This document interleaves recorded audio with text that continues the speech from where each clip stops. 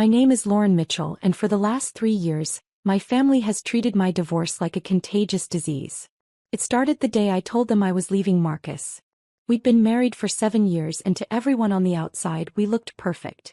Marcus was a corporate lawyer at a prestigious firm. Well, according to my family, I was Marcus's wife. That's how my mother introduced me at parties. That's how my sister Victoria referred to me when her friends asked. "Oh, Lauren, she's Marcus's wife. He's a partner at Henderson and Associates." Never mind that I had my own career. Never mind that I'd been building something quietly, strategically for years. To them, I was an accessory to Marcus's success.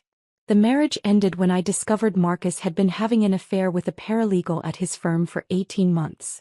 But that's not why I left. I left because when I confronted him, he said, "What did you expect, Lauren? You're never home.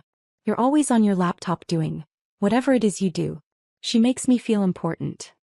Whatever it is you do." I'd been managing a $340 million investment portfolio. I'd been angel investing in tech startups. I'd been building relationships with venture capital firms across 3 continents. But to Marcus, it was whatever. I filed for divorce the next day. My family's reaction was immediate and brutal. "You're throwing away a good man over a mistake?" my mother said, her voice dripping with disappointment. "Do you know how hard it is to find a successful husband?" Victoria added, "You're 34, Lauren. You're not getting any younger." My father said nothing, which somehow felt worse. The divorce was finalized 6 months later. Marcus kept the house in Westchester. I didn't want it. I kept my investment accounts, my business connections, and my dignity. The settlement was clean, quick, and in my favor, though my family never asked about the details. What they did ask about constantly was when I was going to get back out there. "You need to start dating again," my mother would say during our monthly phone calls, which I'd started to dread. "Maybe try those apps," Victoria suggested. "Though at your age you might need to lower your standards." At my age. I was 34. The comments got worse over the next 2 years. Every family gathering became an interrogation about my love life, my finances, my future. Victoria had gotten engaged to Christopher Hayes, a hedge fund manager she'd met at a charity gala. Suddenly she was the expert on everything. "Christopher says women over 35 have a much harder time in the dating market," she'd announced at last year's Thanksgiving dinner. "Especially divorced women. Men see them as damaged goods." I'd smiled politely and changed the subject. What my family didn't know, what I'd deliberately kept from them, was that I wasn't struggling. I was thriving. After the divorce, I'd moved into a penthouse in Tribeca. Not a rental, I owned it. Bought it outright for $4.2 million from a contact who needed to liquidate quickly. My family thought I was renting a small apartment downtown, because that's what I told them. My investment portfolio had grown to $680 million in assets under management. I wasn't just an angel investor anymore. I was the managing partner of Mitchell Capital Ventures, a firm I'd founded 3 years ago with 2 partners from my Stanford MBA program. We specialized in early-stage tech companies, specifically AI and biotechnology. Our success rate was remarkable. 83% of our portfolio companies had either gone public, been acquired, or were valued at over $100 million. We turned initial investments of $2 to $5 million into returns of $50 to $200 million. Forbes had profiled me 6 months ago. "The quiet architect of Silicon Valley's latest boom," the headline read. The article detailed how I'd identified and invested in 12 companies that were now collectively worth $4.7 billion. The Wall Street Journal followed up 3 months later with a feature called "The Investor Nobody Knows." They'd photographed me in my office, standing in front of the floor-to-ceiling windows overlooking the Hudson River. That photo now hung in a frame on my penthouse wall, right next to my Stanford MBA diploma and my certificate for completing the Harvard Business School executive program. I kept all of this private. Not out of shame but out of strategy. My family had proven time and again that they couldn't be trusted with information. When I'd mentioned casually that I was doing some consulting work after the divorce, Victoria had immediately told her friends I was struggling to find stable employment. When I'd said I was looking at investment opportunities, my mother had offered to lend me money. So I stopped telling them anything. I let them believe I was barely surviving. I let Victoria make her snide comments about my little online thing. I let my mother worry about my finances. I showed up to family events in modest clothing, drove a simple Tesla Model 3 instead of the Porsche Taycan I actually owned, and nodded quietly when they offered unsolicited advice about money management. Meanwhile, I was being courted by 3 major investment firms who wanted to acquire Mitchell Capital. The lowest offer was $420 million. I turned them all down. I'd also been invited to speak at the World Economic Forum in Davos, had joined the board of directors for 2 Fortune 500 companies, and had been approached by the governor's office about serving on the state's Economic Development Council. But to my family I was pathetic, divorced Lauren who couldn't hold on to a good man. The text from Victoria came on Wednesday before Easter. Family brunch this Sunday at Mom and Dad's. 11 a.m. Christopher's parents are coming. Dress nicely. I replied, I'll be there. 3 hours later another text. Actually, don't come. I stared at my phone, reading the message twice to make sure I'd understood correctly. What do you mean? The reply came immediately. Christopher's parents are very traditional. His mother specifically asked about family dynamics. I told her about your divorce. She seemed concerned. Concerned about what? About you being there. Lauren, you have to understand. Christopher's father is a senior partner at Blackstone. His mother sits on the boards of 3 museums. They're old money. Having a recently divorced woman at a family brunch, especially someone who's still struggling financially, it doesn't send the right message. I read the text 3 times, each time feeling a different emotion. First shock. Then anger. Finally, something close to amusement. You're uninviting me from Easter brunch because I'm divorced? Don't make this difficult. It's just one brunch. There will be other gatherings. Christopher's boss is also coming. Richard Morrison from Morrison Capital Group. He's thinking about investing in Christopher's new venture. We need everything to be perfect. Richard Morrison. I knew exactly who he was. Morrison Capital Group managed $12 billion in assets. Richard had made his fortune in private equity and venture capital. We'd met twice at investor conferences, though he probably didn't remember me. I'd still been relatively unknown at the time. What Victoria didn't know was that Richard had reached out to me 4 months ago about a potential partnership. His firm wanted to co-invest in 3 of my portfolio companies. We'd been in negotiations ever since. In fact, we had a meeting scheduled for Easter Sunday at 2 p.m. at my penthouse to finalize a $280 million co-investment deal. I typed my response carefully. Understood. I won't come to brunch. Enjoy your day. Victoria's reply was immediate. Thank you for understanding. Lauren, maybe think about joining one of those divorce recovery groups? Christopher knows a therapist who specializes in helping women adjust after marriage ends. You really do look pathetic lately. I didn't respond. Instead, I forwarded the entire text chain to my assistant Michelle with a simple note. Confirm the Morrison meeting for 2 p.m. Sunday. Make sure the contracts are ready to sign. Saturday evening, I prepared my penthouse for the meeting. The space was already impressive. 3,200 square feet of open-concept luxury with custom Italian furniture, original artwork from emerging artists I'd invested in, and that view of the Hudson that people paid millions just to glimpse. But for this meeting I wanted everything perfect. Michelle had sent over the final contract drafts. Morrison Capital Group would be investing $280 million across 3 of our portfolio companies, an AI-driven healthcare diagnostics firm, a biotechnology company developing cancer treatments, and a clean energy startup. In exchange, they'd receive equity positions and board seats, while Mitchell Capital maintained controlling interest. The deal would make Morrison Capital one of our largest partners. It would also cement my reputation as one of the most influential venture capital investors in the country. I'd chosen to wear a navy Armani suit for the meeting, professional, confident, expensive without being showy.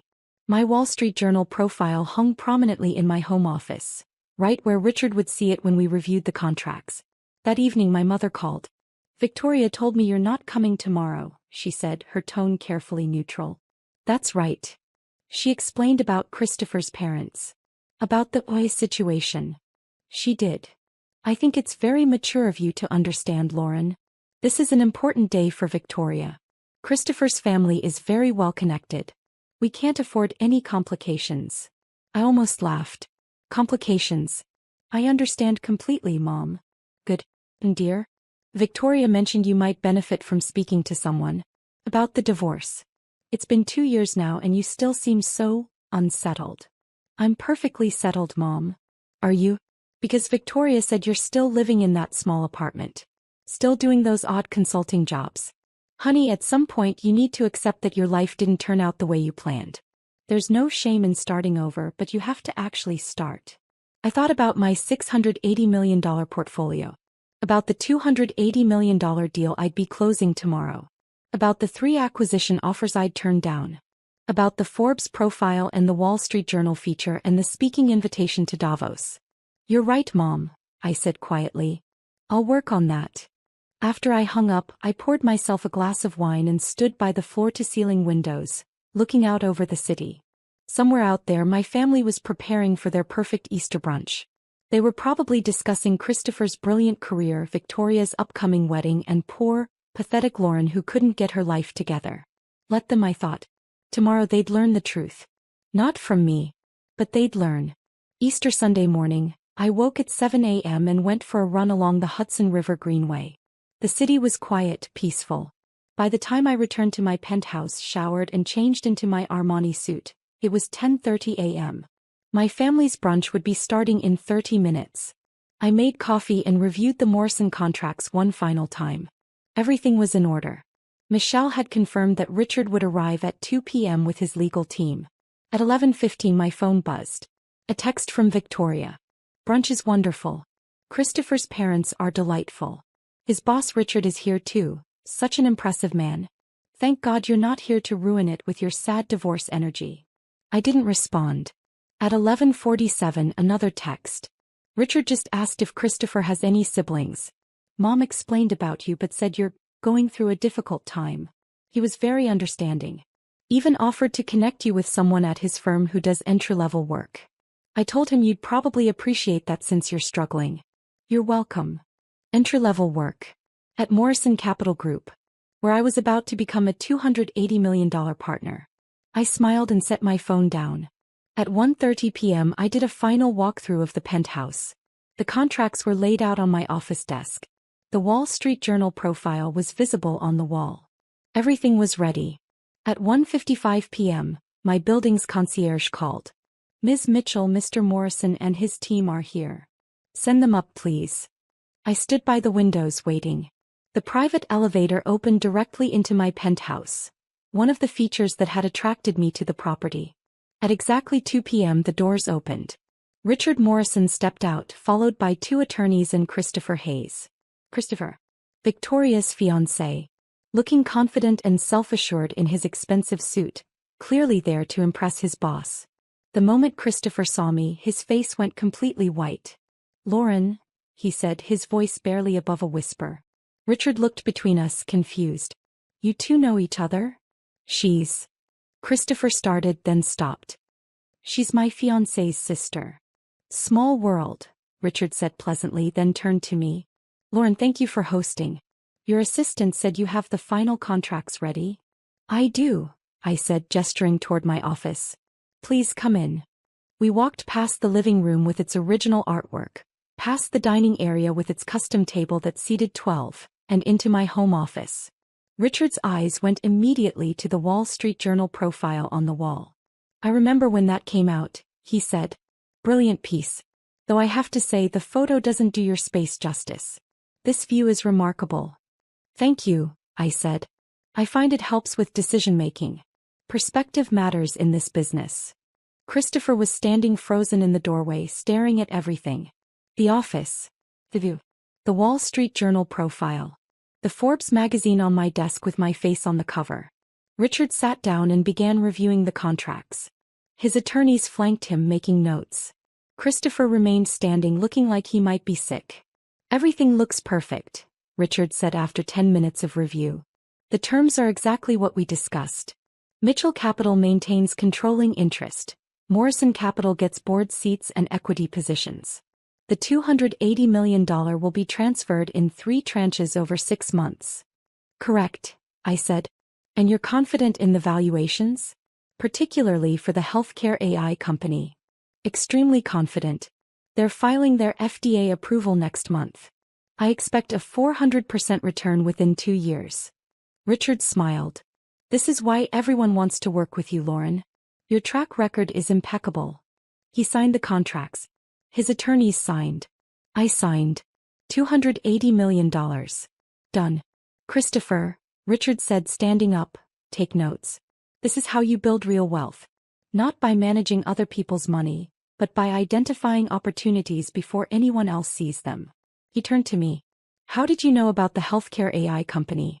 We've been trying to get into their Series B for 6 months. I was their first investor, I said simply. I met the founder at a Stanford reunion 4 years ago. She had an idea and a prototype. I gave her $3 million. $3 million that's now worth? Last valuation was $440 million. After FDA approval, I expect $2 billion. Richard whistled. Remarkable. Christopher made a strange sound in the back of his throat. Richard noticed. Christopher, are you all right?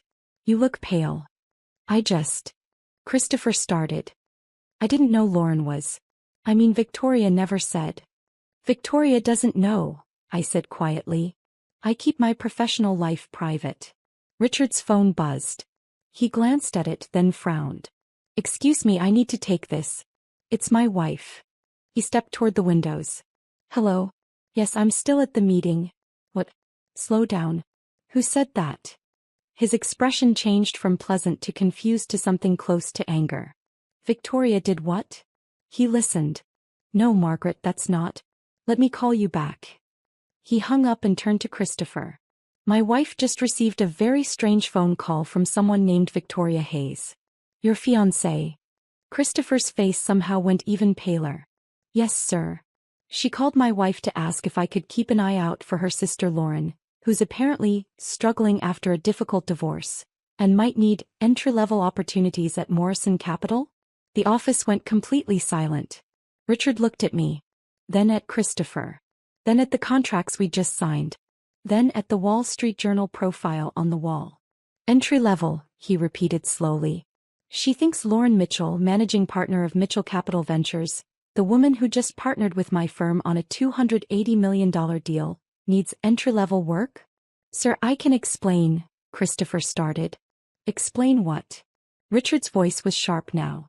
Explain why you brought me to meet with a woman you apparently know nothing about?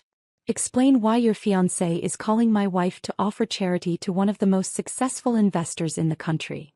I didn't know, Christopher said desperately. Victoria never told me Lauren was.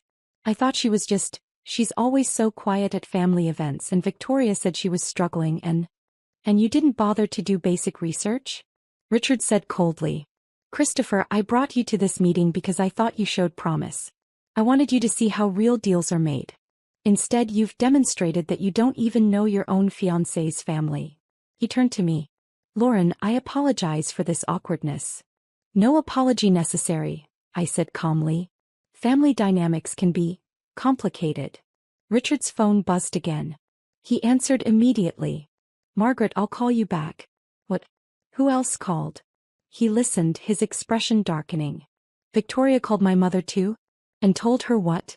That her sister is pathetic and needs our help.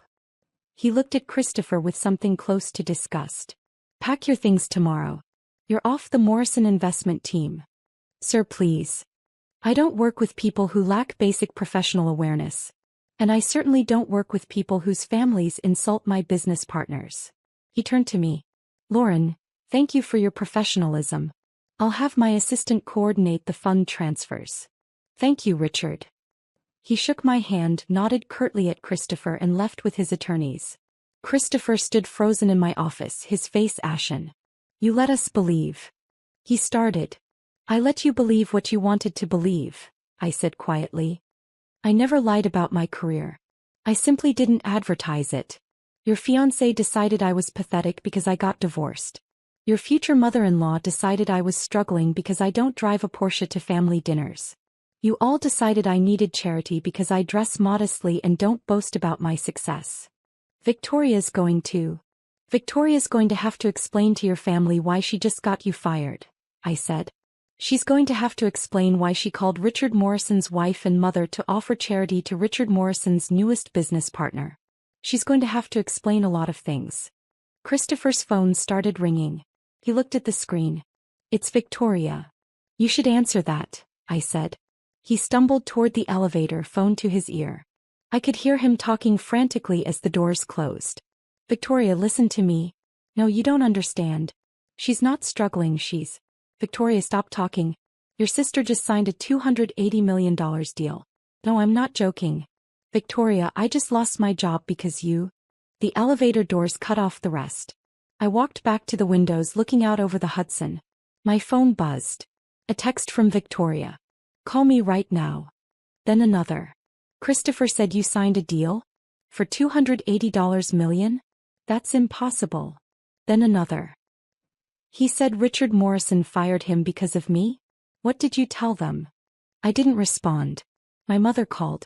I let it go to voicemail. Victoria called. Voicemail. My father called. For the first time in 2 years he actually called me directly. Voicemail. Then a text from my mother. Lauren, Victoria is hysterical. She says there's been a terrible misunderstanding. He says Christopher lost his job. She says something about a $280 million deal. Please call us immediately.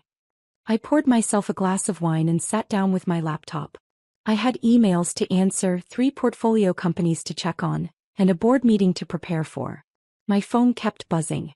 Text after text after text. Victoria, you destroyed my relationship. Mom, what is happening? Why is Victoria crying? Dad, we need to talk. This is serious. Victoria, Christopher's parents are furious. His mother called me personally to say the engagement is off. Mom, Victoria says you're a venture capitalist? That you have hundreds of millions? Why didn't you tell us? I set my phone to do not disturb and opened my email. They'd find out eventually.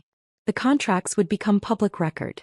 The business press would cover the Morrison Capital Partnership. My name would be attached to the deal in every trade publication. But right now, on this Easter Sunday, while they dealt with the consequences of their own assumptions and their own cruelty, I had work to do. Monday morning I woke to 47 missed calls and 89 text messages. Most were from Victoria, ranging from furious to desperate to pleading. Christopher had officially broken off their engagement. His parents had made it clear that the Morrison family's displeasure meant the Hayes family would not be associating with the Morrison family professionally or socially. Since Christopher's entire career had been built on Richard Morrison's mentorship, he was now essentially blacklisted in their social circle. Victoria blamed me for all of it. You could have told me, one text read. You let me humiliate myself. You let me ruin my engagement. What kind of sister does that? My mother's messages were more measured but equally insistent. Lauren, we need to discuss this. Your father and I had no idea about your success. Why did you keep this from us? More importantly, why did you let Victoria embarrass herself? You could have prevented all of this.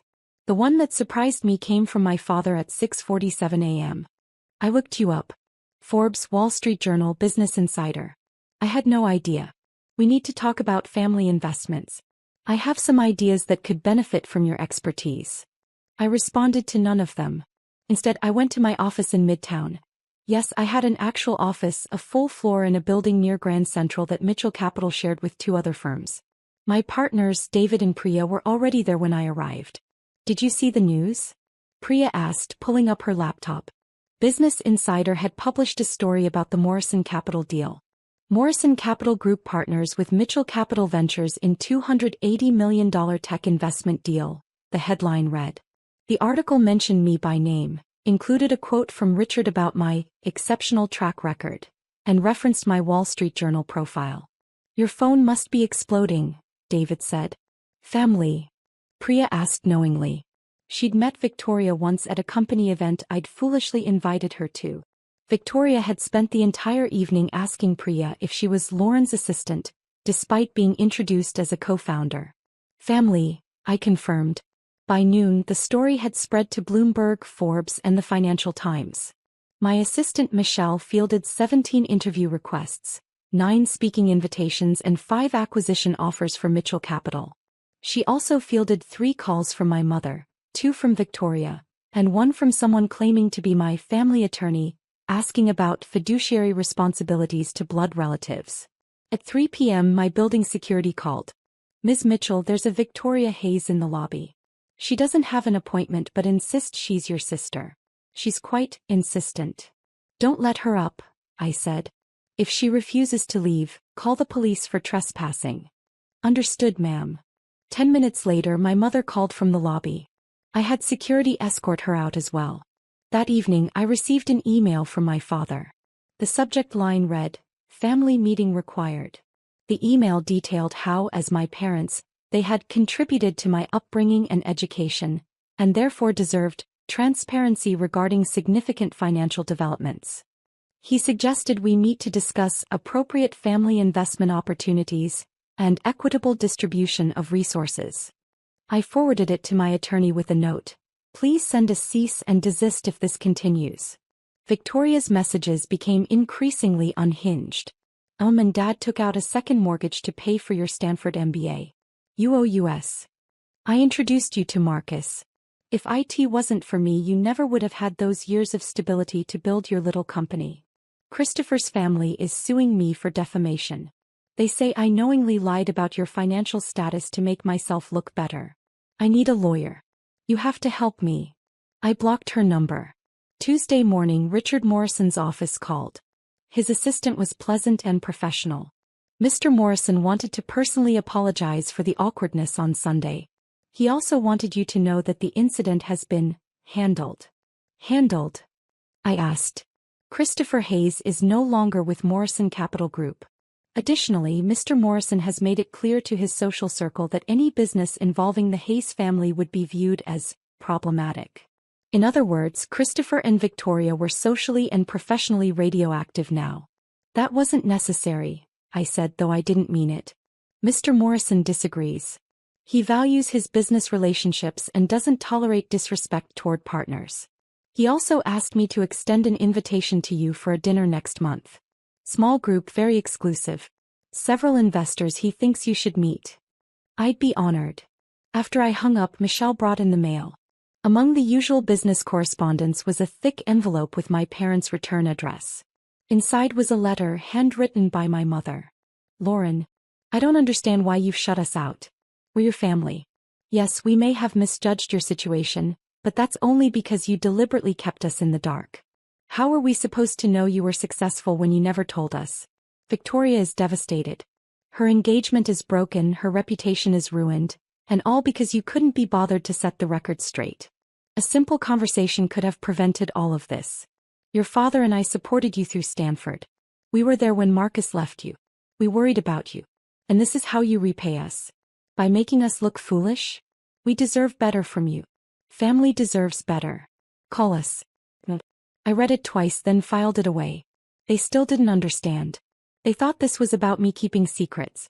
They thought this was about them looking foolish. They couldn't comprehend that this was about years of dismissal, years of being treated as less than, years of watching Victoria be celebrated while I was pitted. They couldn't understand that I hadn't set out to humiliate anyone. I'd simply stopped letting their opinions define me. 3 months later, I was in Davos for the World Economic Forum. The speaking invitation had come 6 months earlier, before the Morrison deal, before Easter, before everything.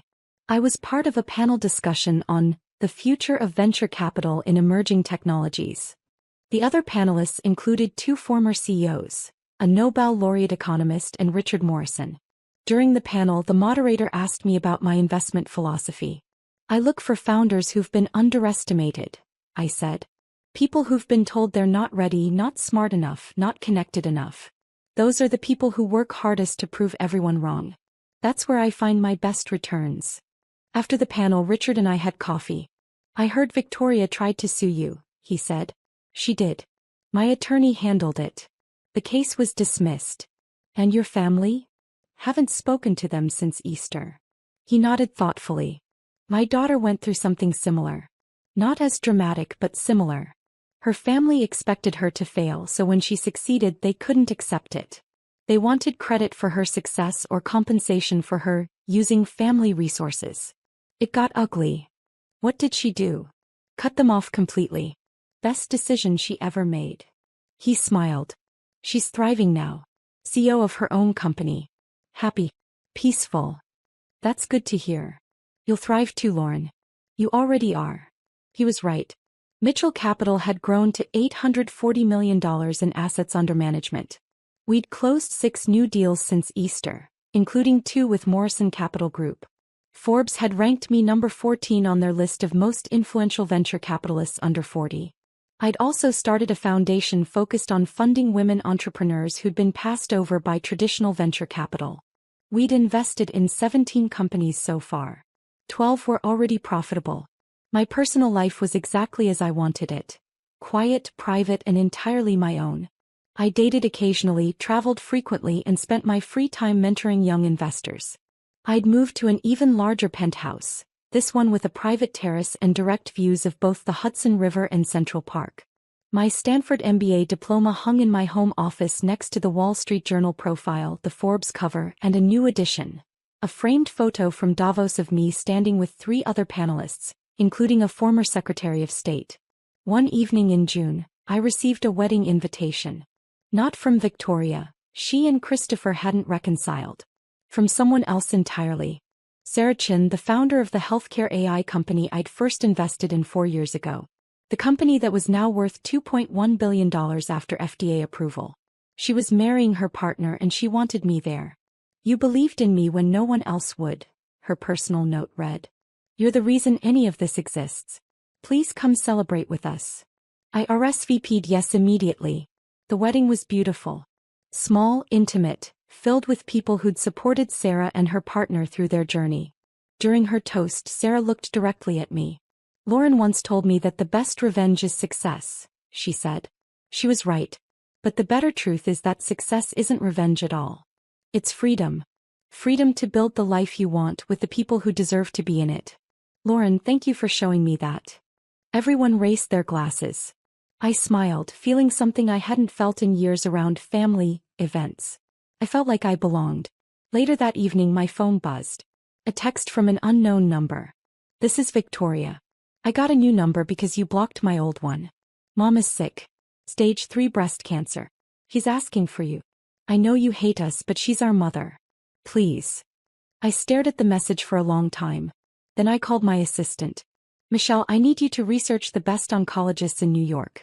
Find out who's leading in breast cancer treatment.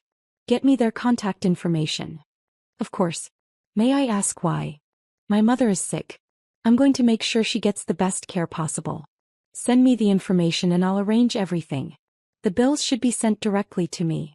Will you be contacting your family? No, I said. I'll handle the medical care, but I won't be resuming contact. Please make that clear to the medical team. All communication should go through you. Understood. I hung up and looked out over Central Park. The sun was setting, painting the sky in shades of pink and gold. My family had taught me I was pathetic. They taught me I was a failure. They taught me that my worth was measured by my marriage, my modesty, my willingness to be small. But I taught myself something different. I taught myself that success doesn't need an audience. That strength doesn't need to be loud. That the best way to prove people wrong isn't through confrontation. It's through building something so undeniable that their opinions become irrelevant. My mother would get the best medical care in the country. Because despite everything I wasn't cruel. But she'd get it on my terms, without my presence, without reconciliation, without the redemption arc they probably expected. They called me pathetic. I'd built an empire. And in the end that was enough.